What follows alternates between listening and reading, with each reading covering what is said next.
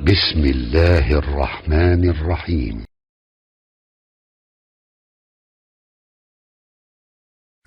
Kaum muslimin, kita lanjutkan.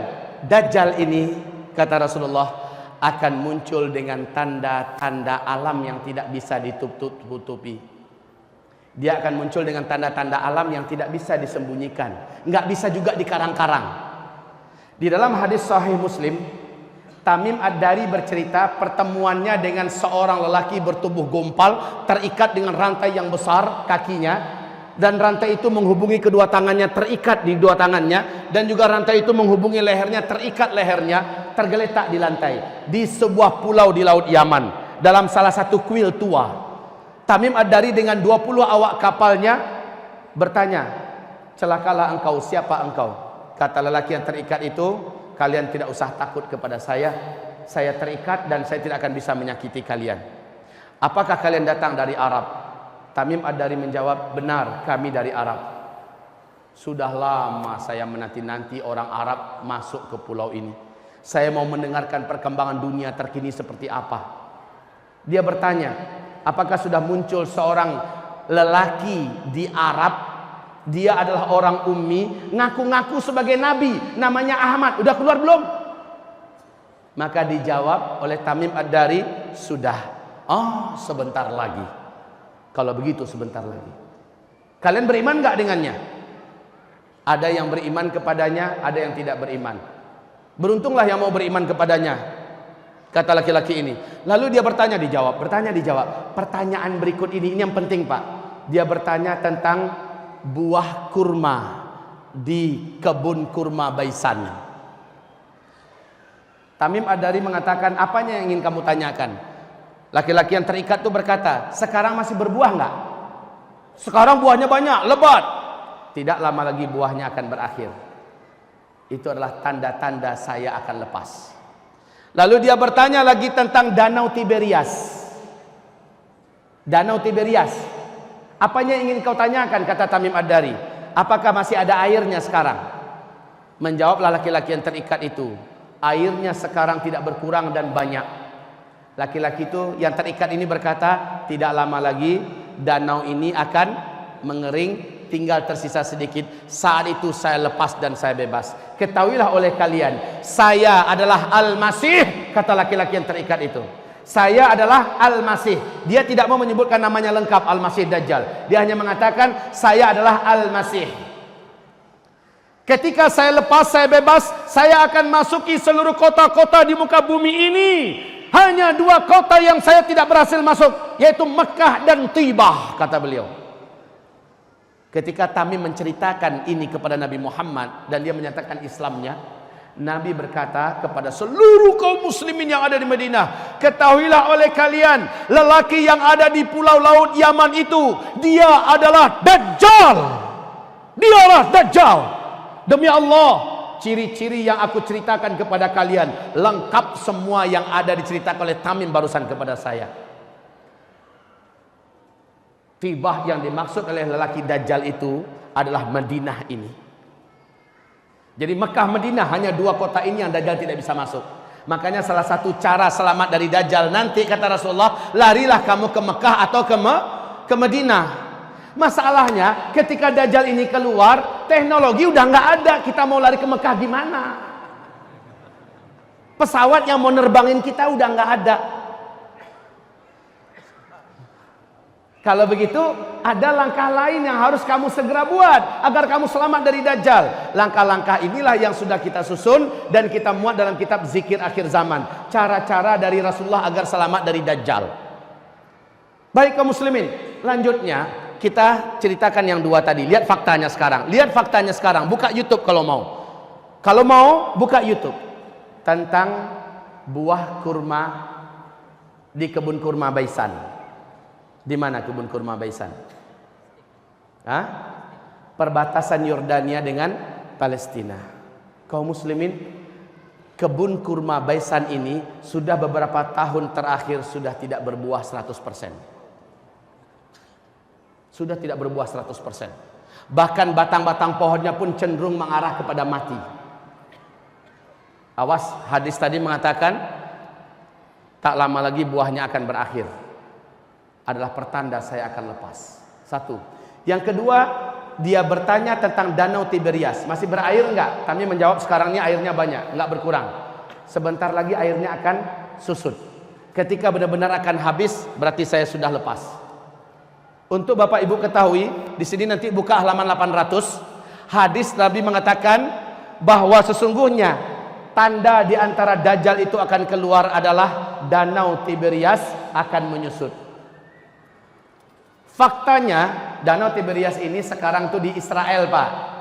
Sekarang letaknya di Israel, dekat perbatasan dengan Lebanon. Danau Tiberias ini kaum muslimin, ini permukaan danau, ini dasarnya. Ya. Danau ini tidaklah dalam, hanya 45 meter saja. Hanya 45 meter saja, enggak dalam. Sejak bumi terkembang, danau ini belum pernah susut, Pak, airnya. Tapi tahukah Bapak Ibu, perkembangan terakhir sejak hitungan 2003 sampai 2013, 10 tahun terakhir, pemerintah Israel telah panik sejadi-jadinya panik. Sehingga diumumkan di televisi resmi mereka tentang kondisi Danau Tiberias. 10 tahun terakhir, Danau Tiberias yang kedalamannya hanya 45 meter telah menyusut 16 meter. 16 meter ini bukan sedikit, jumlah yang signifikan. Ya, jadi dari permukaan sudah susut seperti ini, 16 meter, lebih 30% loh, Pak. Akhir 2013. Sekarang 2015 akhir, dicek kondisi Danau Tiberias sekarang, bagian yang menonjol dari dasar danau sudah kelihatan seperti pulau-pulau kecil. Berarti semakin menyusut. Menjerit pemerintah Israel hari ini, ketakutan yang tidak bisa disembunyikan, Pak. Sebab apa? Sebab Danau Tiberias ini sumber air satu-satunya bangsa Yahudi di Israel. Mereka tidak punya mata air yang lain. Mereka tidak punya sungai. Hanya ini sumber mereka satu-satunya. Dan ini terus menyusut, terus menyusut, terus menyusut. Kalau Bapak Ibu nggak percaya, buka YouTube. Nggak percaya juga dengan YouTube, khalas ada paspor nggak? Pergi sana, saya ongkosin PP. Kalau ada paspor, saya pergi, pulang, saya ongkosin. Nginepnya 2-3 hari sana, hotelnya saya tanggung. Tapi kalau ternyata memang menyusut, pulangnya kembalikan uang saya. Iya, kembalikan uang saya kalau nggak percaya. Kan ada juga tipe orangnya toh, Allah itu cuma ngomong doang, ya sudah pergi sana. Kalau perlu dengan biaya buat paspornya saya tanggung. Kalau nggak percaya. Baik Bapak Ibu yang kami muliakan, la haula wala quwata illa billah, informasi ini akurat. Ini nggak bisa ditutup-tutupi, nggak bisa dibuat-buat. Inilah yang menjadikan para ulama di Timur Tengah berkata, hadza zamanu khurujid dajjal. Inilah zaman kita hidup ini, si dajjal terlaknat itu akan lepas. Zaman saya hidup, zaman Bapak hidup, zaman ibu-ibu hidup, Bu, makhluk celaka ini akan lepas. Tanda-tandanya sudah sangat nyata. Ya Karim, ya Rab. Wallahi, jangankan Bapak, saya saja kalau berjumpa dengan Dajjal, saya yakin tak tentu saya akan selamat. Ulama-ulama kita kalau berjumpa dengan Dajjal mungkin akan tanggal iman dari dada mereka. Saking dahsyatnya makhluk celaka ini. Jadi Pak, makhluk ini akan lepas tak lama lagi. Kalau melihat tanda-tanda ini.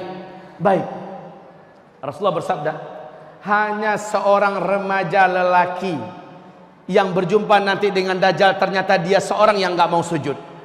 Dajjal bertanya kepadanya, kenapa kamu tidak mau sujud kepada saya? Tak, saya Tuhan kamu.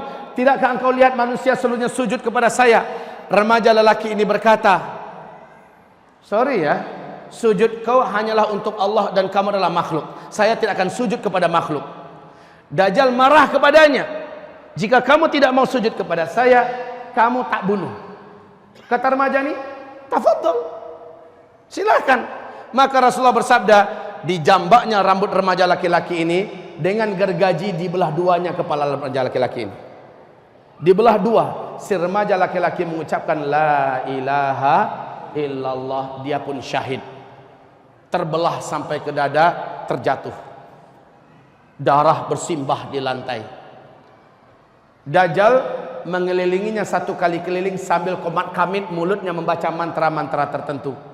Membaca mantra-mantra tertentu. Setelah selesai, Dajjal menunjuk ke arahnya, "Qum, bangkitlah kamu." Allah izinkan, kata Rasul. Allah izinkan. Ini benar-benar nyata, bukan lagi setan yang menjelma. Ya, Allah izinkan remaja laki-laki ini tubuhnya kembali menyatu. Kalau dalam film-film dongeng ini ilmu rawa rontek. Nyatu kembali, bertemu kembali tubuhnya, dan remaja ini kembali bangkit.